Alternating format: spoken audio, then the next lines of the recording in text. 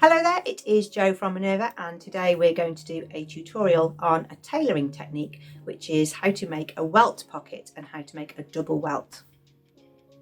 You see a welt as a little pair of folds inside the pocket entrance so that it strengthens the edge of the pocket and it also gives it a tailored decorative finish. You might see this technique on waistcoats. So you often find there may be a faux welt here, or it may actually have a welt that goes then into a pocket facing, or you might see it on the back of trousers. The welt pocket will make a smooth finish on the back of your trousers, and your pocket bag will go down and will be attached to the welts. It's often a technique that people think is really difficult, but actually you just need to be really accurate. So let's have a look at a single welt, and then we can take a look at a double welt, and I'll also show you how to put the pocket bag at the back. I'm working on a sample piece today because currently I'm not making anything with a welt pocket, but if you know how to do it, you can go and choose something that involves that skill and have a try out on a spare piece before you do it on your real garment. I've cut out the back of some men's shorts, and it's got a welt pocket on the back, so you'll see a welt when it's finished and there will be a pocket bag inside. The first thing to do is to transfer your markings to your pattern pieces, so you want to do that before you remove the tissue. And on your pattern piece you will have a welt opening, and it's quite tricky to transfer this by flapping the tissue back and drawing it. So I've used a carbon paper and a wheel because I can put the carbon paper between the fabric and the tissue and draw exactly the line that I need to do.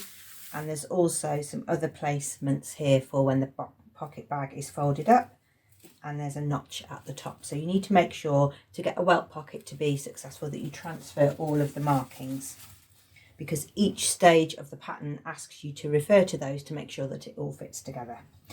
So the first thing to do is to match up the dots with the pocket placement. So I have a line on my pattern. Sometimes it's another rectangle, so you're matching one letterbox opening to another letterbox opening. This one just happens to have dots, and the best way to do it is to put a pin through the dot and then put a pin matching up the dot on the garment to make sure that it's lined up and at the right angle.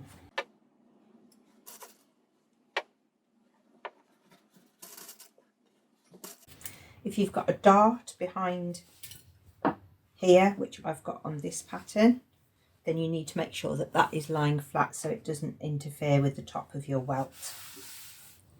So you have one rectangle matching another rectangle, and these are right sides together, which is tricky to tell on this fabric. But so the right side of the welt facing is touching the right side of the fabric, and we are going to be really accurate in our sewing and sew between those two dots and the whole of the welt shape.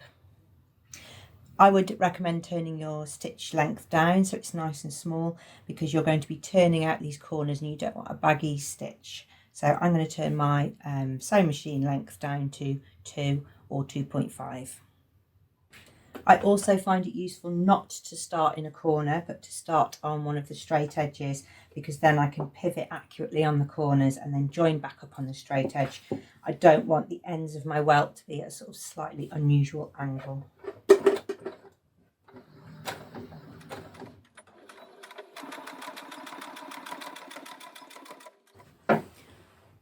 When you've sewn it on, you should have that clear letterbox opening. Obviously I've got my dart going into mine. Next we're going to cut this open and turn everything through.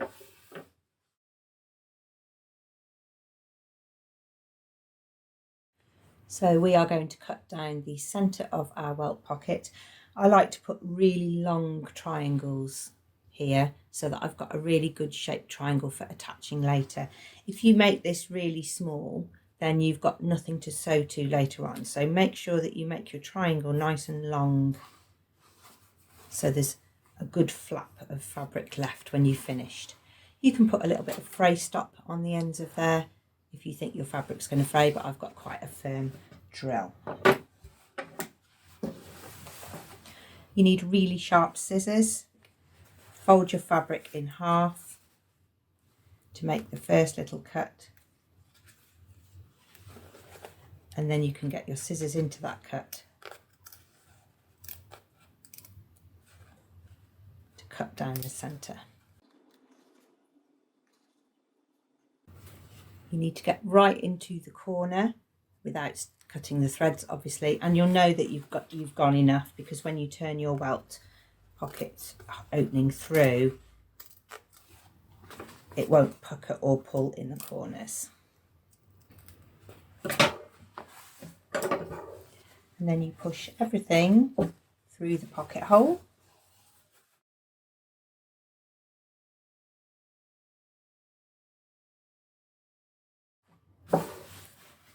And from the wrong side, you will get your rectangle shape, but you will only get that really nice and crisp when you've pressed it. You can see here, look, I need to just go into those corners a little bit more.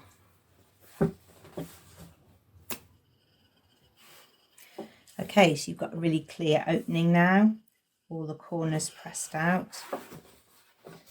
And on the wrong side, you've got your seam allowances pressed flat, and hopefully you've got those nice big triangles that I recommended there, because you'll be needing to sew across the end of those later. Okay, let's look at making the welt. Okay, we're going to make a fold in this fabric below the opening that covers up the width of the opening. You might have lines on your pattern that show this, or you might be just asked to fold the width of your pocket opening. So I'm going to make a fold that covers up the hole on the welt. I'll have a few folded layers at each end, and from the right side I will have closed up the hole again. Okay, when it's in this position, I'm going to baste it. Just going to pin the ends for the moment, just to hold my fold line that I like in the correct place.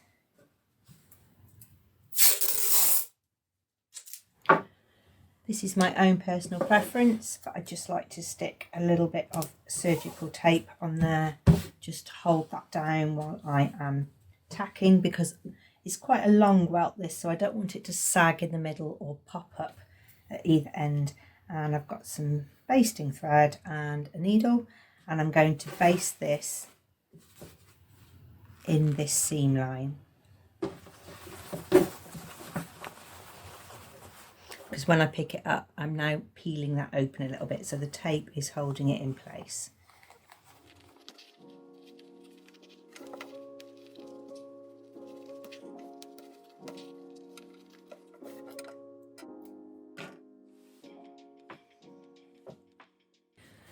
Okay, the next bit is on quite a minute scale, so I'll take my pins out.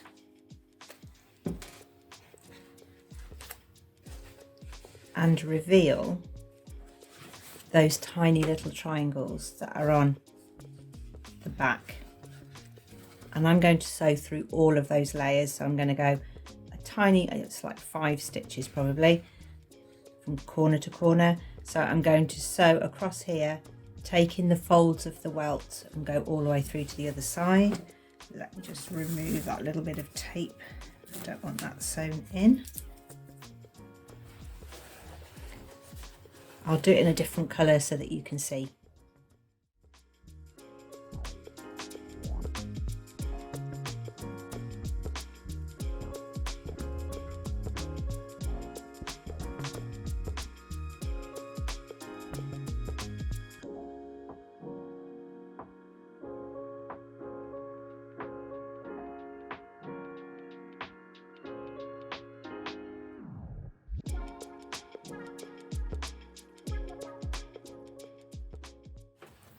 Okay, so there it is. I've just gone over the edge of that little triangle, and on the back you will see it's just holding all of those layers down. So when you open it from the front, the ends of your welts are now attached. Let's do the other end in the same way. Pin out, tape out of the way, and let's look for those little triangles by peeling back the garment piece. You can now remove those basting stitches because the ends of the welt are secure. And you will see I've made my welt. I'm going to press that so that I get a really crisp finish.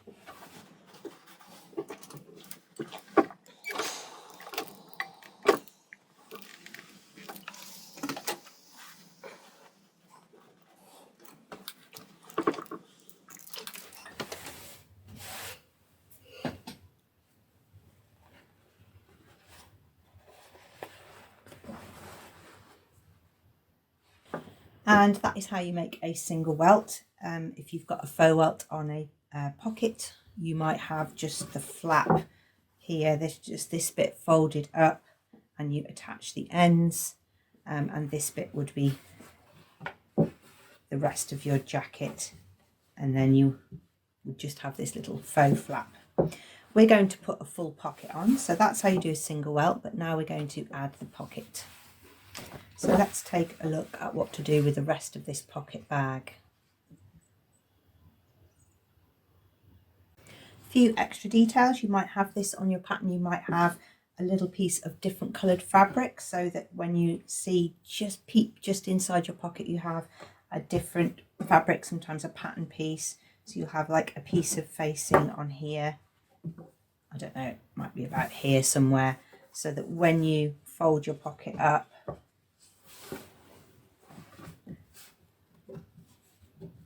the bit you see inside is patterned. So you can try that as a little technique if you want to.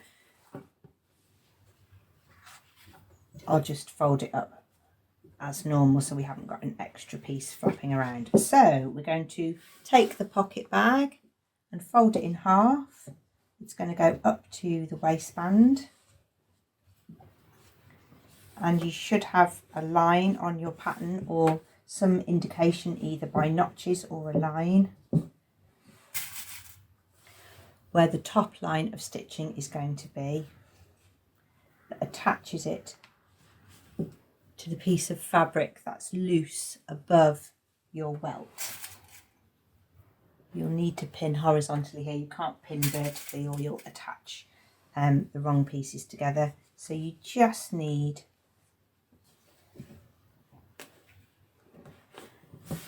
the pocket bag to be attached to the little flap above the pocket facing. You're not going to mess with the seam allowance, you're not going to mess with the dart, you're not going to attach it to the actual garment. You've just got the pocket bag attached to the top of the facing at the top of the welt, and we're going to sew along there. Once that's secure, this isn't going to unfold now, we've got it in position. So now we can fold up the sides of the pocket bag and sew the sides. You sew the sides up to that line that you've just made. I mean, every pattern instruction might be different, but this is just an idea so that you can see how the construction comes together. Be little nuances in different patterns. But you're only sewing the bag, you're not touching or sewing through any of the garment, because this bag is going to hang freely inside the back of the shorts.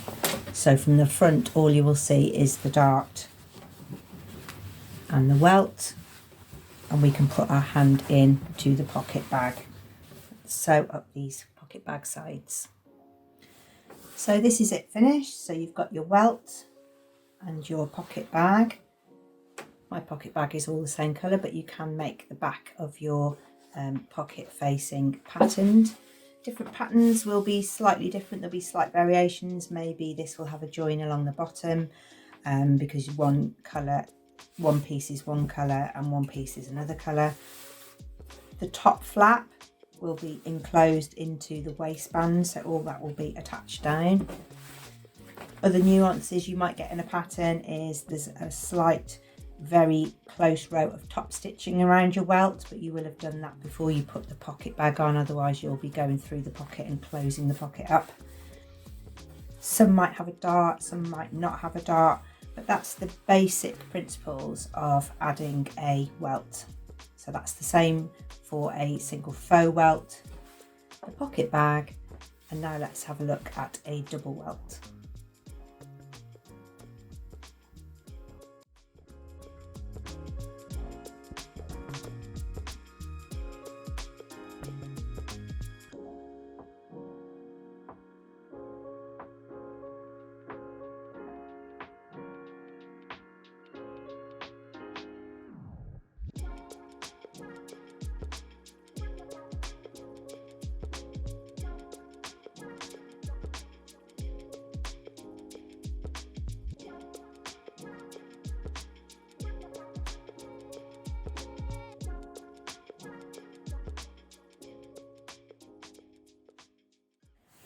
Okay, so the setup's all the same. You've got your little opening. A double welt pocket opening is usually slightly larger than a single welt, but you can get really, really small ones. So you probably have separate welts. So there'll be a mark that shows the halfway point where you want your welts to meet in the centre. And you place your welt on top and pin it in place at the sides. And we're going to do that fold like we did before to bring the bottom welt up to the top welt, and also pin at the sides. You can double check that you've got them an even size, and we can press this all out properly from the front so that we have two very flat welts. You might be asked to interface your welts, so if you've got a lighter fabric, say you're using a lighter sort of suiting fabric, then you might be interfacing those so you get really crisp edges. And you can tack all of that down, or you can tape it down like we did before. Just use some surgical tape. And we're going to repeat that process where we look for that little triangle underneath and sew through all layers. And we're going to do that on both sides.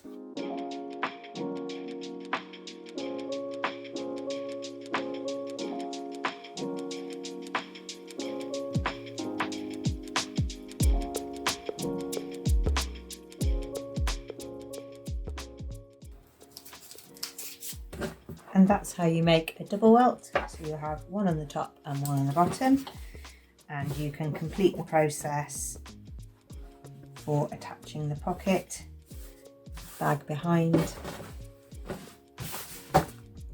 so that your pocket has the bag, but a double welt. Sometimes you'll see a little buttonhole at the bottom of the pocket, so you would need to do that now. So there would be a marking on the wrong side. This is the wrong side, so here you would put your buttonhole, and then sometimes you put a button on there to close up your pocket. So you'd have that would be here, and then you would have a pocket on a button on the inside. If you want to do any top stitching, like I mentioned before, now is the time to do that before you put your pocket bag on. So let's put a really close line of top stitching all the way around our pocket.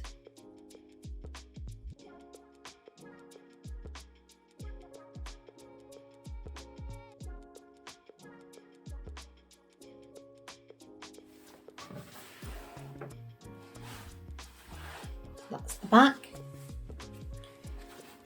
and then from the front you'll have your double welt with top stitching all the way around. You have to get really, really close. Let's finish this off, close it up and sew around the pocket bag.